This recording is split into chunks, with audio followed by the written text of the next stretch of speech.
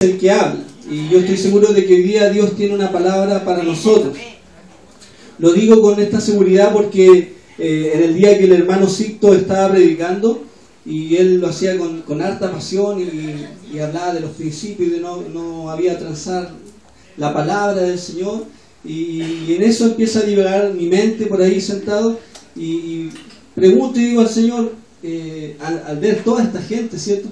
¿Y qué pasaría si en un día me tocara predicar? ¿Qué le hablaría?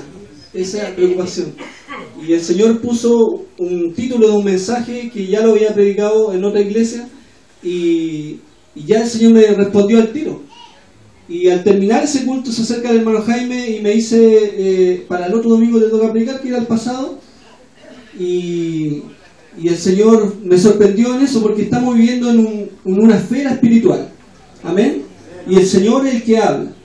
Y en esa oración que uno hace de Señor, confirma esta palabra, si esta es la palabra para tu pueblo, fue de Dios que predicara el papá de Débora, porque como estuvimos conversando, una de las palabras clave, un par de cosas de las que dijo, era justamente de lo que Dios va a hablar hoy día, y ese mensaje lo tenía preparado desde el sábado pasado, ¿cierto? Le mandé un boceto ahí a Débora y conversé con el padre de ella, y una de las cosas que más importante que rescato de esa palabra que vamos a repetir hoy día es de la puerta abierta. Hoy día el título de la palabra se llama La Iglesia Fiel. Y usted puede buscar en su Biblia en Apocalipsis capítulo 3, desde el verso 7 al 13, eso es lo que vamos a leer. Apocalipsis capítulo 3, del verso 7 hasta el 13, el último libro de la Biblia, Nuevo Testamento.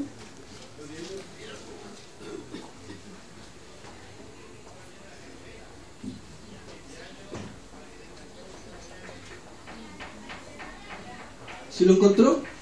¿Sí? Bien. Vamos a leerlo en el nombre de nuestro Señor Jesucristo. Escribe al ángel de la iglesia en Filadelfia. Esto dice el santo, el verdadero, el que tiene la llave de David, el que abre y ninguno cierra, y cierra y ninguno abre. Yo conozco tus obras. He aquí, he puesto delante de ti una puerta abierta, la cual nadie puede cerrar, porque aunque tienes poca fuerza, has guardado mi palabra y no has negado mi nombre. Está hablando Jesucristo. He aquí, yo entrego de la sinagoga de Satanás a los que se dicen ser judíos y no lo son, sino que mienten. He aquí, yo haré que vengan y se postren a tus pies y reconozcan que yo te he amado. Por cuanto has guardado la palabra de mi paciencia, yo también te guardaré de la hora de la prueba que ha de venir sobre el mundo entero, para probar a los que moran sobre la tierra. He aquí, yo vengo pronto. Retén lo que tienes para que ninguno...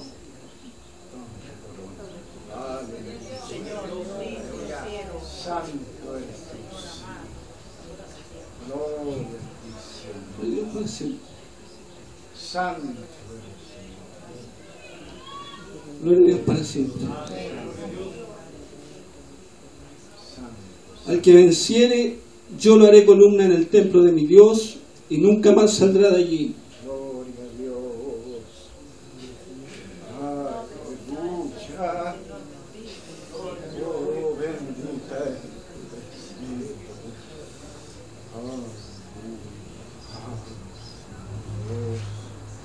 Y escribiré sobre él el nombre de mi Dios y el nombre de la ciudad de mi Dios, la nueva Jerusalén, la cual desciende del cielo de mi Dios, y mi nombre nuevo. El que tiene oído, oiga lo que el Espíritu dice a las iglesias. Póngase de pie, vamos a orar.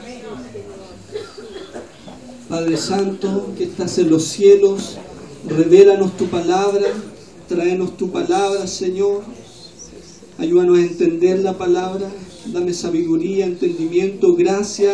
Lléname del Espíritu Santo para poder exponer esta palabra con conocimiento, con santidad, Señor, con integridad, con la llenura de tu Espíritu Santo, que hables tú, no yo, Señor. Abre el corazón y la mente de mis hermanos para que reciban con un corazón de discípulo, con un corazón enseñable, Señor. Y que tú, Señor, nos vas a hablar hoy día, no este hombre, sino que tú vas a hablar por medio de mí, Tu palabra, Señor. No pensamientos humanos, Señor. No mis vivencias, Señor, sino que tu palabra. Porque eso es lo que va a perdurar en el corazón y va a cambiar nuestra vida. En el nombre de Jesús. Amén. Toma asiento, hermano. Antes de poder explicar un poco el subtítulo ahí, si usted se fijó, dice el mensaje a Filadelfia. El mensaje de esta noche es la iglesia fiel. ¿Y por qué? Porque Filadelfia es una iglesia modelo, una iglesia fiel, donde vamos a sacar algunas pautas, ¿cierto? Pero antes de pasar a la llenura del contenido de la palabra, vamos a hablar un poquito de Apocalipsis, así como una pincelada para que usted sepa el contexto de lo que queremos hablar. Apocalipsis es una palabra griega, porque el Nuevo Testamento en su mayoría fue escrito en griego, porque era el idioma predominante en ese entonces. Apocalipsis con K, ¿cierto? Y significa revelación, o también significa quitar el velo, quitar la cubierta. Eso básicamente es Apocalipsis, una revelación de Jesucristo que le da al apóstol Juan. Adelante. Apóstol Juan es el apóstol amado, el apóstol del amor. Él escribió el libro de Apocalipsis y lo hizo entre el año 93 y 95 después de Cristo, y esto lo hizo en una isla que se llama la isla de Patmos. Eso lo describe Apocalipsis. Esta es una isla que está ubicada en el mar Mediterráneo. En ese puntito ahí está, por ejemplo, Italia, está Grecia, ¿cierto? Este es el mar Mediterráneo. En ese puntito, ese es Asia Menor. Ahí hay un país que identificamos que es Turquía. Si seguimos avanzando, solo para conocer, esa es más o menos la isla de Patmos, y ahí estaba preso el apóstol Juan, porque por la causa de Cristo, ahí enviaban a los presos políticos que estaban en contra del Imperio Romano. Amén. Así que él estaba escribiendo esa carta desde ese lugar. Avancemos. Este libro de Apocalipsis contiene las últimas palabras de Jesús. Muchas veces nosotros pensamos que está en Mateo, en Juan, en Lucas, en Marcos, o incluso en el libro de Hechos, las últimas palabras de Jesús, pero la verdad es que en Apocalipsis están las últimas palabras de Jesús para las iglesias que estaban ahí y también para nosotros. Por lo tanto, lo que estábamos leyendo es Jesucristo mismo hablándonos a nosotros. Amén. Amén. Esta carta que leímos, que es la carta a Filadelfia, está dirigida a 7 iglesias concretas e históricas. Iglesias que existieron, iglesias que eran reales. Amén. Avanza. ¿Cierto? Y este mapa lo tenemos en nuestras Biblias, ¿cierto? Este es Asia Menor. Entonces ahí tenemos a la iglesia de Pérgamo, Tiatira, Sardis, Filadelfia, que es la que estamos viendo, Esmirna, Éfeso, la Odisea, y esto está en Asia Menor, lo que actualmente se conoce como Turquía. ¿Ya? Avancemos. A esas iglesias que vimos ahí está dirigido el libro de Apocalipsis, pero también está dirigido a la iglesia de todos los tiempos. Por lo tanto, hoy día el Señor nos habla a nosotros. Amén. Muchas veces, cuando hablamos o escuchamos de Apocalipsis, ¿cierto? Es un libro que pareciera que nos da miedo, que habla de símbolos, destrucciones, catástrofes y un montón de cosas, y eso es verdad. Pero también para los cristianos el libro de Apocalipsis es un libro de esperanza. Es un libro donde Jesucristo derrota al mal, ¿cierto? Aleluya. Y a la muerte. Amén. Entonces el libro de Apocalipsis se escribió justamente porque las iglesias de ese entonces estaban siendo perseguidas por el Imperio Romano, porque el César decía que él era Dios y nadie le podía llamar Señor a otro Dios sino a César. Entonces los cristianos, como no reconocían al César como Dios, los perseguían porque ellos decían que Jesucristo era el Señor. Y por eso el apóstol Juan, motivado por Jesucristo, envía estas cartas para darles esperanza. Esperanza de que Cristo vendría, ¿cierto? Ahí vemos a Jesucristo ya victorioso, ya no como un cordero, ya no como manso, sino que como un juez justo. Y así es donde Él va a venir, y esa es la esperanza también para nosotros, que Él un día va a venir en victoria y va a derrotar a Satanás, y va a derrotar al enemigo, y va a ser un Cristo triunfador. Amén.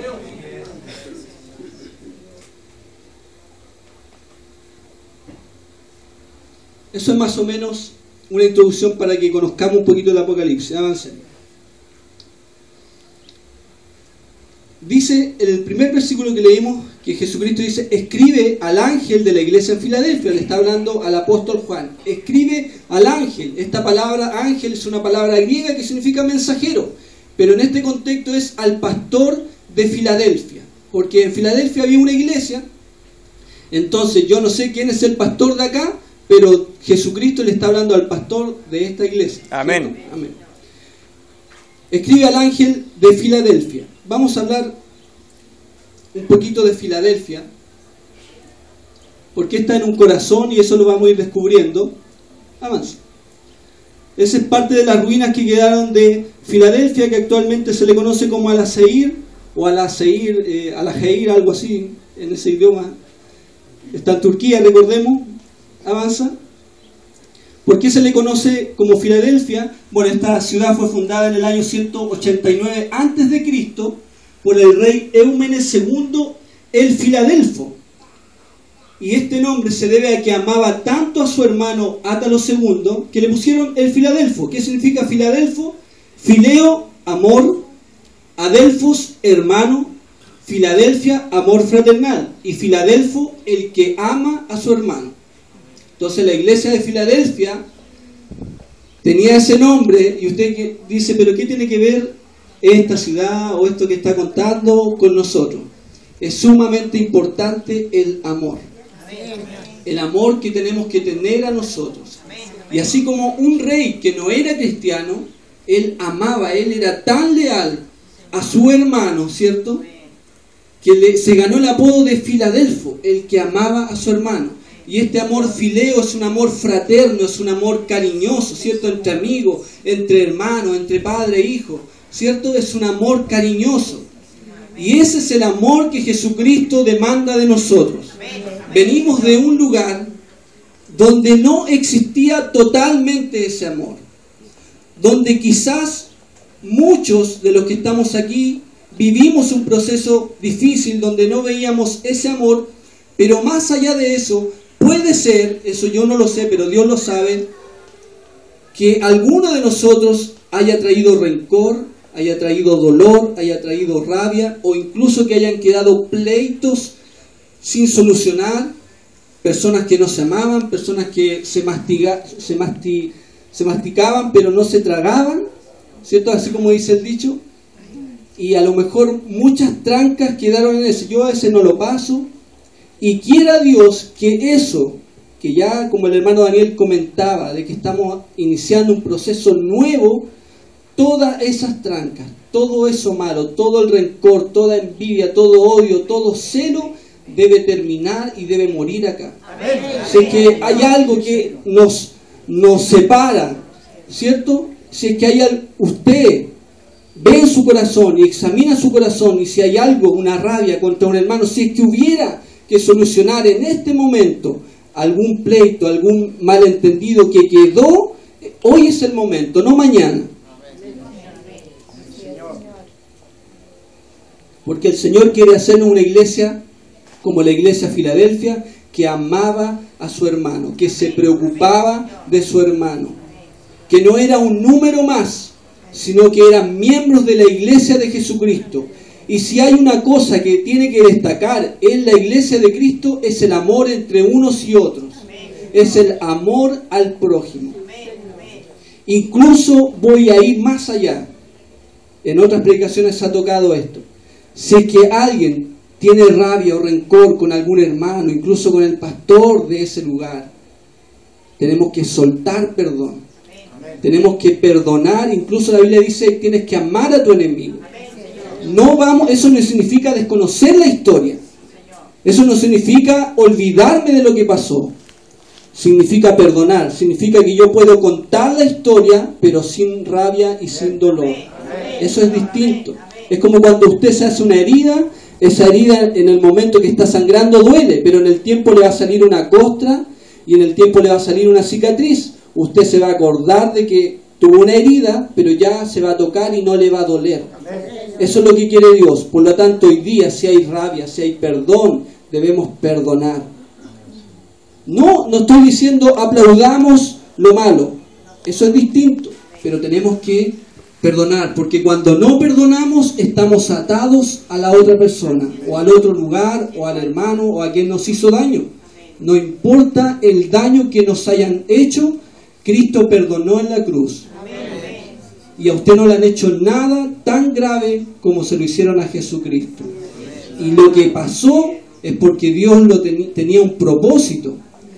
Y el hermano Sixto lo hablaba muy bien y lo rescato. Cuando a José lo vendieron sus hermanos, a la hora de encontrarse con los hermanos, humanamente sintió dolor, pero al final dio gracias porque por esa traición él llegó al lugar donde Dios lo había determinado. Entonces, si estamos acá es porque Dios lo quiso así. Amén. Si hay algún rencor, pleito, hermano, hoy es el momento. Debemos ser una iglesia que se amen unos a otros. Y yo doy testimonio que en los primeros días de reunión hubieron abrazos y hubieron perdones. Amén, de cosas que se habían quedado ahí. Así que ese es un llamado de Dios que debemos amarnos. Vamos a leer 2 versos que hablan de eso, que es 1 de Juan 4:20, búsquelo.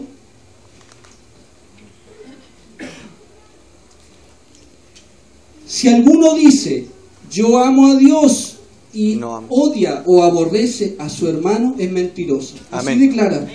Pues el que no ama a su hermano, a quien ha visto, ¿cierto? Usted ve a su hermano que está a su lado. ¿Cómo puede amar a Dios a quien no ha visto? Ame a su hermano, ame a su hermana, preocupe de su hermano. Si el Señor nos sacó de un lugar donde no había amor, estamos en un nuevo comienzo donde una de las cosas que tienen que destacarnos no es el que tengamos el mejor vehículo, ni la mejor casa, ni la mejor pinta, sino que nos amemos realmente como Dios quiere. Amén.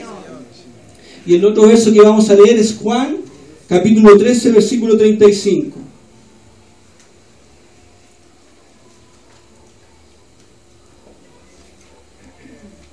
En esto conocerán todos que son mis discípulos, si tuvieren el 4x4, dice, si tuvieras amor los unos con los otros. No es malo tener 4x4, es solamente un chiste.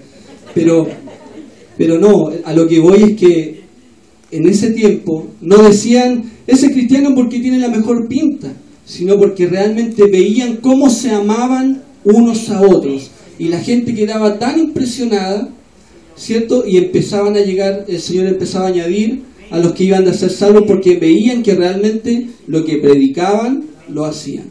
Eso es lo que nos tiene que destacar. Avancemos.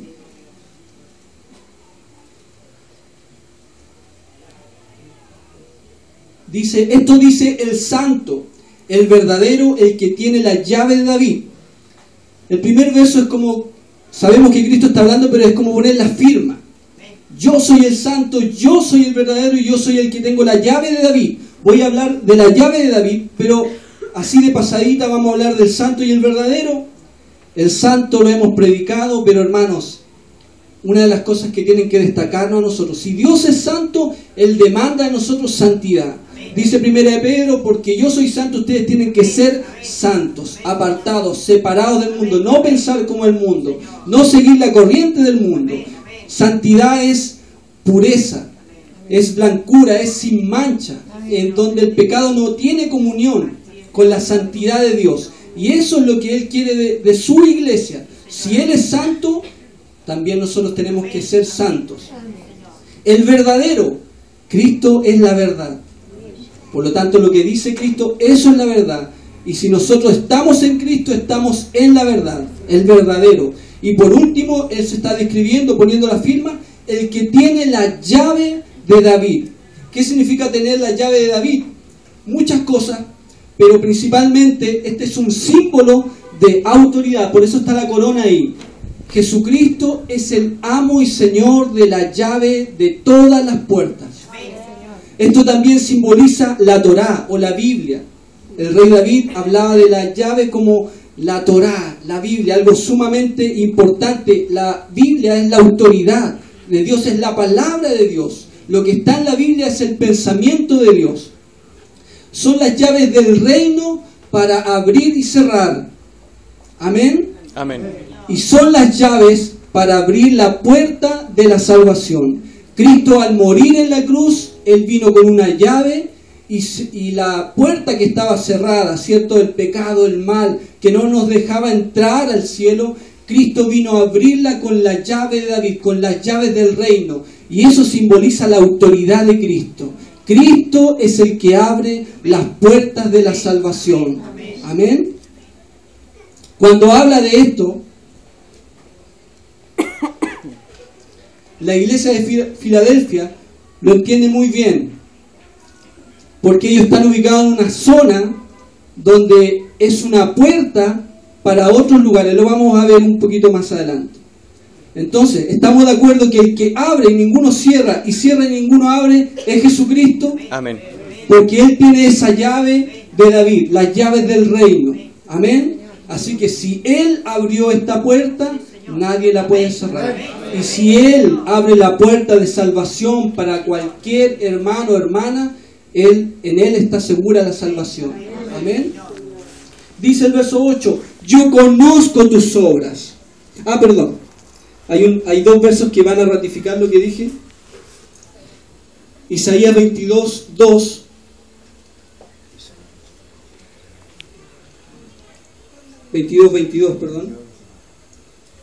Dice, Dios está hablando, y pondré la llave de la casa de David sobre su hombro, y abrirá, y nadie cerrará, cerrará, y nadie abrirá. ¿Quién está poniendo las llaves? Dios sobre los hombros de Jesucristo. En Él está toda la autoridad.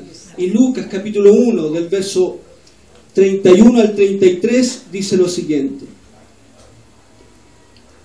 Y ahora concebirás en tu vientre y darás a luz un hijo, y llamarás su nombre Jesús. Este será grande y será llamado Hijo del Altísimo. El Señor Dios le dará el trono de David su padre, y reinará sobre la casa de Jacob para siempre, y su reino no tendrá fin. Son las llaves del reino, son las llaves eternas que las tiene Cristo. Recordemos que en Apocalipsis viene Cristo como vencedor. Amén. Y Él va a abrir esa puerta y vamos a poder entrar a la presencia de Dios. Amén. Él tiene la llave. Así que eso es para gozarse. Ahí tenía que venir un amén, un aplauso, algo. Verso 8 dice que Jesús nos conoce. ¿Cuántos creen que Jesús nos conoce?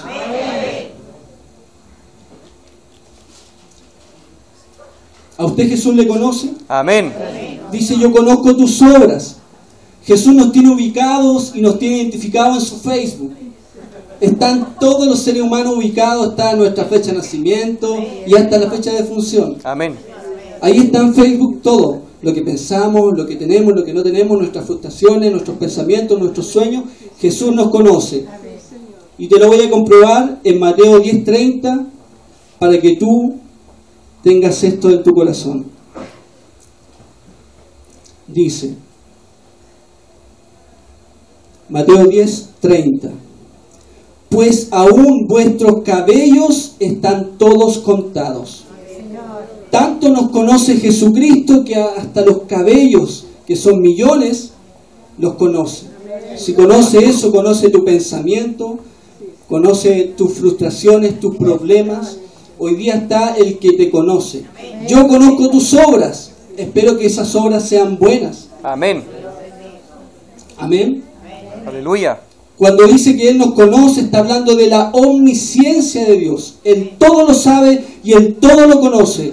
No hay nada que se escape de su conocimiento. Omni, todo, ciencia, conocimiento. Todo conocimiento, Él todo lo sabe, Él todo lo conoce. No crea que lo que pasó fue una casualidad, que Dios lo pillamos así como paveando. Dios lo sabía de antemano. Amén. Amén. Y Él nos conocía y sabía que íbamos a llegar a este lugar y sabe dónde llegaremos. Yo conozco tus obras.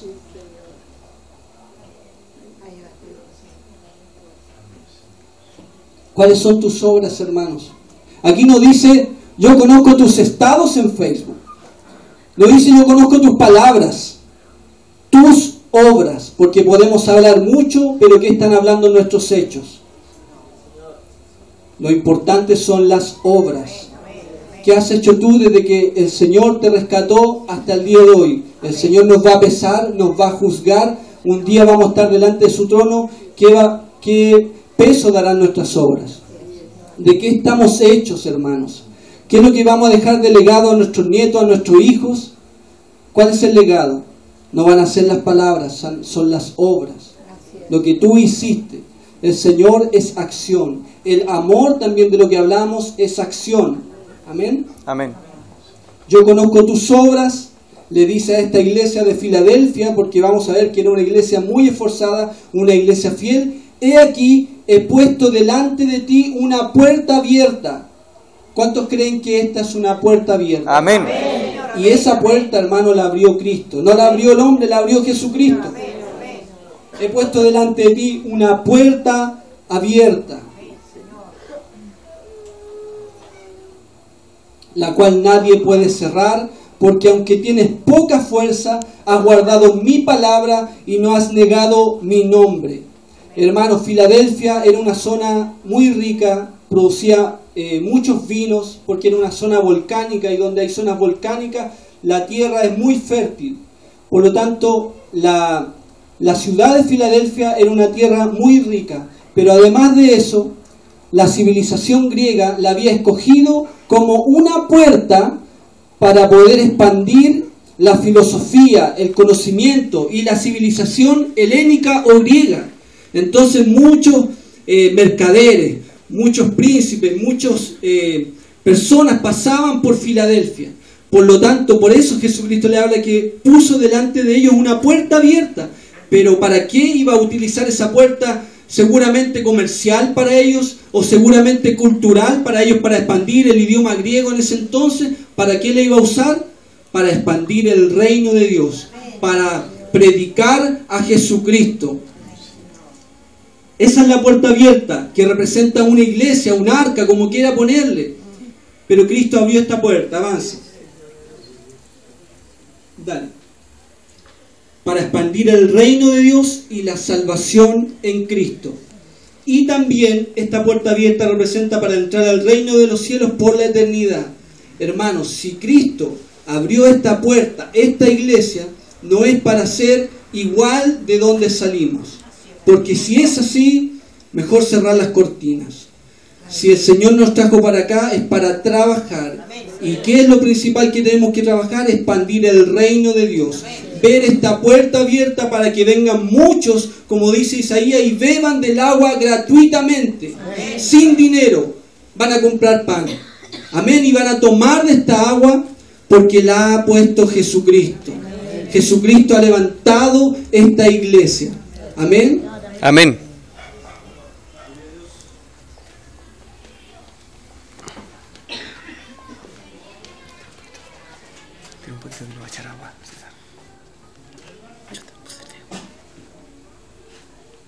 La cual, esta puerta, hermano, y esta es una palabra profética, hermanos. Esta puerta, la cual nadie puede cerrar, porque aunque tienes poca fuerza, has guardado mi palabra y no has negado mi nombre. La iglesia fiel tiene 3 características de las que voy a hablar ahora. Avanza. La primera, hermano, bueno, Filadelfia es la iglesia modelo, para que lo tengan en cuenta. Es una de las 2 iglesias a la cual Jesucristo no les reprochó absolutamente nada. Junto con Esmirna, son las únicas iglesias de las 7 iglesias donde Jesús no les reprochó absolutamente nada, y todos fueron alabanza. Quiera Dios que hoy día hayan alabanzas para nosotros. Amén. Entonces, primer lugar, o primera característica de una iglesia fiel, que es como queremos ser nosotros, es una iglesia que reconoce que tiene poca fuerza. La iglesia de Filadelfia era un pequeño grupo, no se imagine una mega iglesia. Eran pocos cristianos, no tenían influencia política, no tenían dinero, eran obreros, no tenían mucho peso, los miraban en menos quizás. ¿Cuántas iglesias, cuántos hermanos, pastores nos pueden mirar en menos? Pueden decir lo que quieran, Claudio. Conversábamos el otro día, pueden decir lo que quieran. No importa, pero Cristo dice otra cosa. Amén. Nunca, nunca, hermano, diga yo en mi fuerza. No, porque ahí sí que nos vamos a hundir en el hoyo. Amén. Pero si somos como una iglesia fiel que reconoce que tenemos poca fuerza, hermano, humildad. Jesucristo en Mateo capítulo 5 dice: bienaventurados los pobres en espíritu. ¿Qué significa ser pobre en espíritu? Es reconocer la necesidad que yo tengo de Dios. Pero cuando yo digo yo lo tengo todo, como la iglesia de la Odisea que está al lado, lo puede leer en su casa, ahí representa la iglesia infiel, que seguramente más adelante vamos a hablar de ella. Ellos decían: en mi fuerza, en mi riqueza, yo tengo poder, yo tengo estructura, yo tengo fama, pero ¿de qué le sirvió? Si la iglesia de la Odisea el Señor la vomitó. Pero cuando decimos, tengo poca fuerza, Señor, reconozco que no tengo ningún poder sobre nadie, Señor, no tengo dinero, tengo pocos recursos, Señor, estamos limitados, Señor, ahí es cuando el Señor dice, esta es una iglesia fiel. ¿Saben por qué? Porque Isaías 40:29 dice lo siguiente.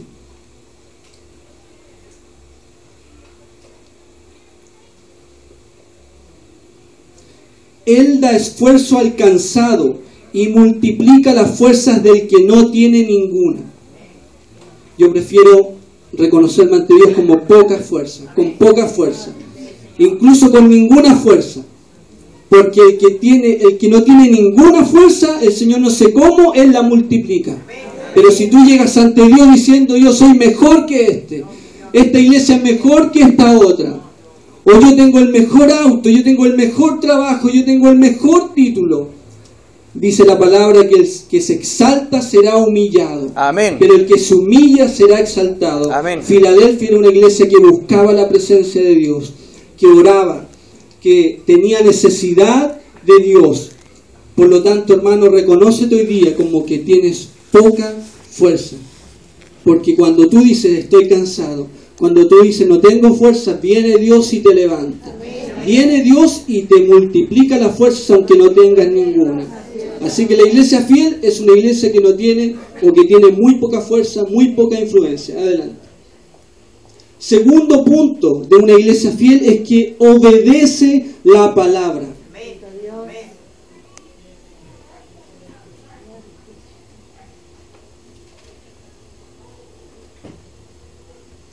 Dice acá, has guardado mi palabra. Otro sinónimo de guardado para que lo entienda. Has obedecido, has cuidado, has vigilado, has custodiado, has conservado, has cumplido, has mantenido la palabra de Dios. En otras palabras, lo hablaba el hermano Sixto, no has transado los principios ni los valores. Es una iglesia que se mantuvo firme en medio de la prueba. Recordemos que era una iglesia perseguida. Decías que Jesús era el Señor y te mataban. Y en medio de esa prueba, ellos fueron fieles y ellos mantuvieron la palabra y no transaron los principios. Por eso el Señor les da esta alabanza.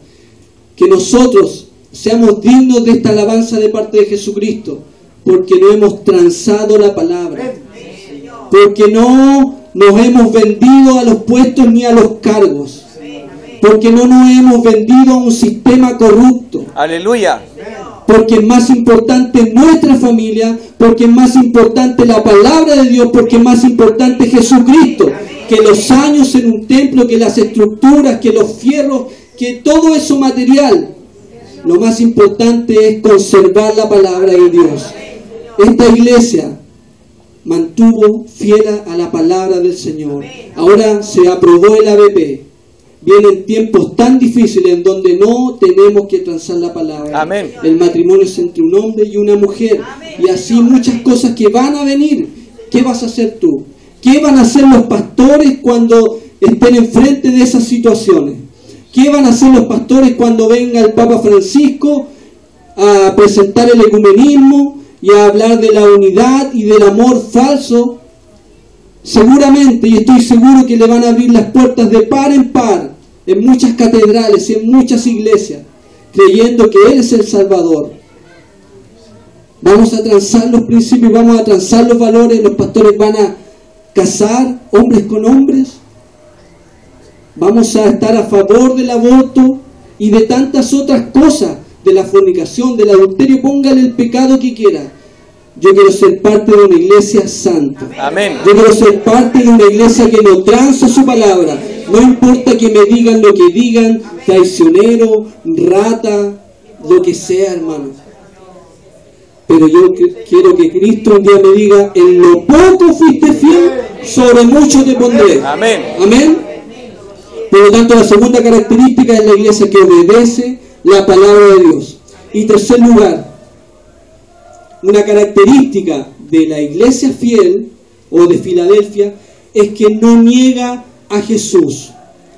Ellos hermanos eran torturados, eran matados por la causa de Cristo y ellos se mantenían firmes. ¿Qué pasaría si viniera un terrorista, un militar, un carabinero o quien sea y nos dice, niega a Cristo si no te matamos? ¿Estamos realmente dispuestos a defender la palabra de Dios o vamos a echar un paso atrás y vamos a decir, no, la verdad es que yo no soy cristiano, como el apóstol Pedro, cuando le dijeron, tú andabas con ellos? No, yo no soy de ellos.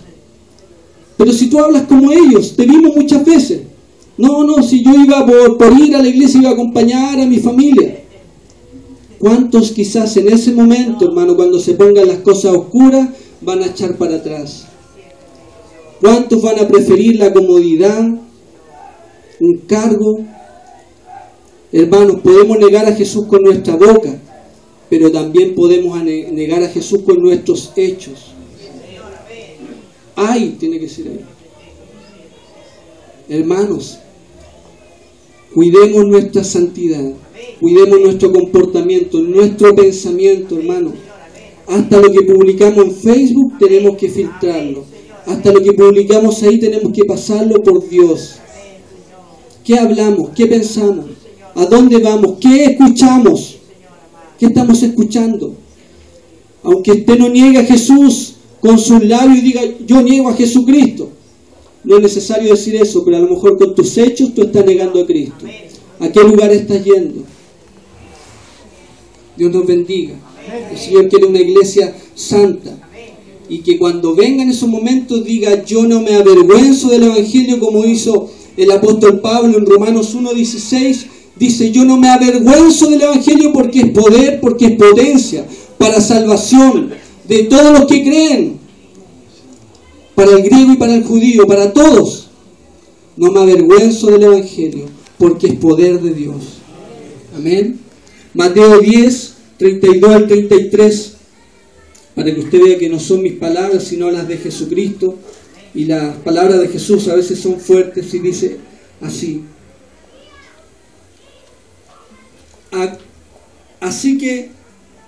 A cualquiera pues que me confiese delante de los hombres, yo también le confesaré delante de mi Padre que está en los cielos.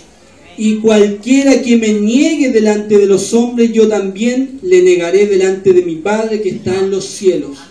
Jesucristo hablando.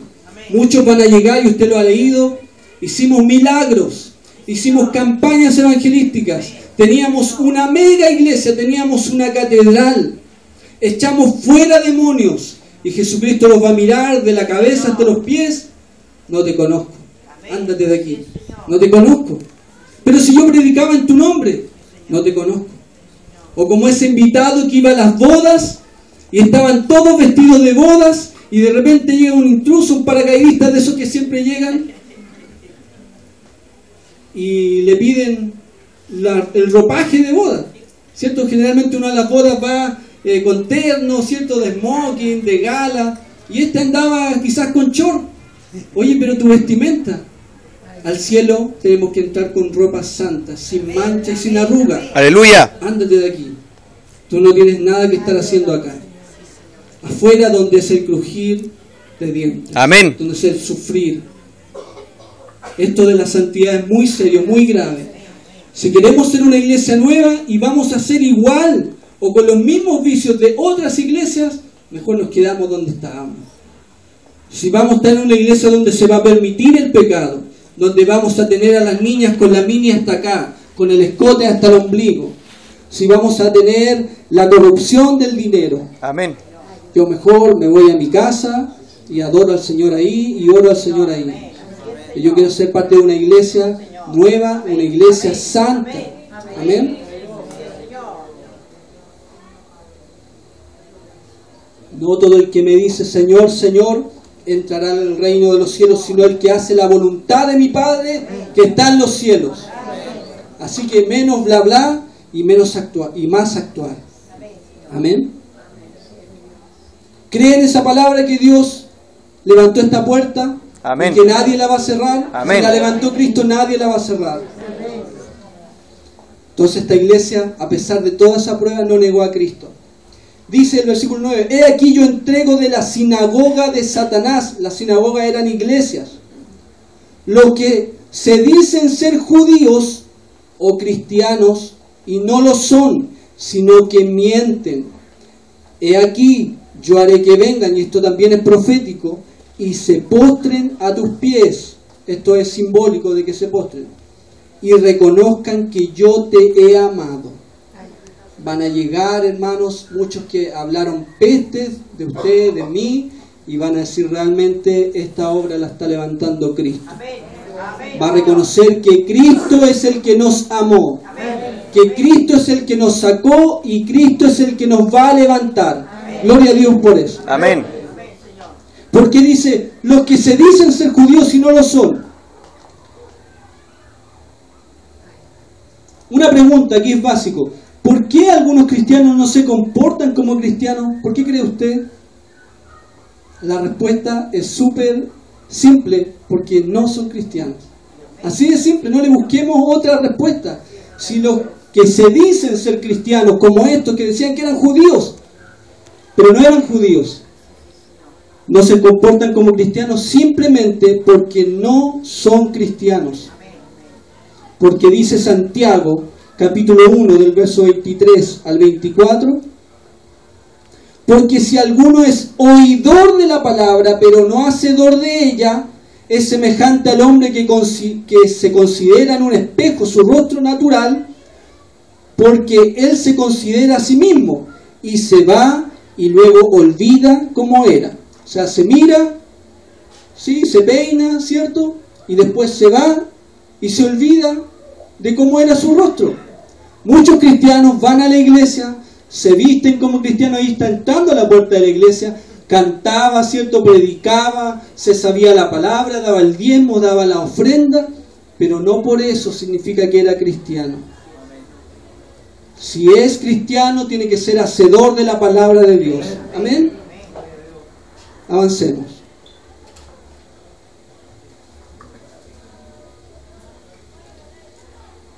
Versículo 10. Por cuanto aquí viene la conclusión y un par de promesas para nosotros.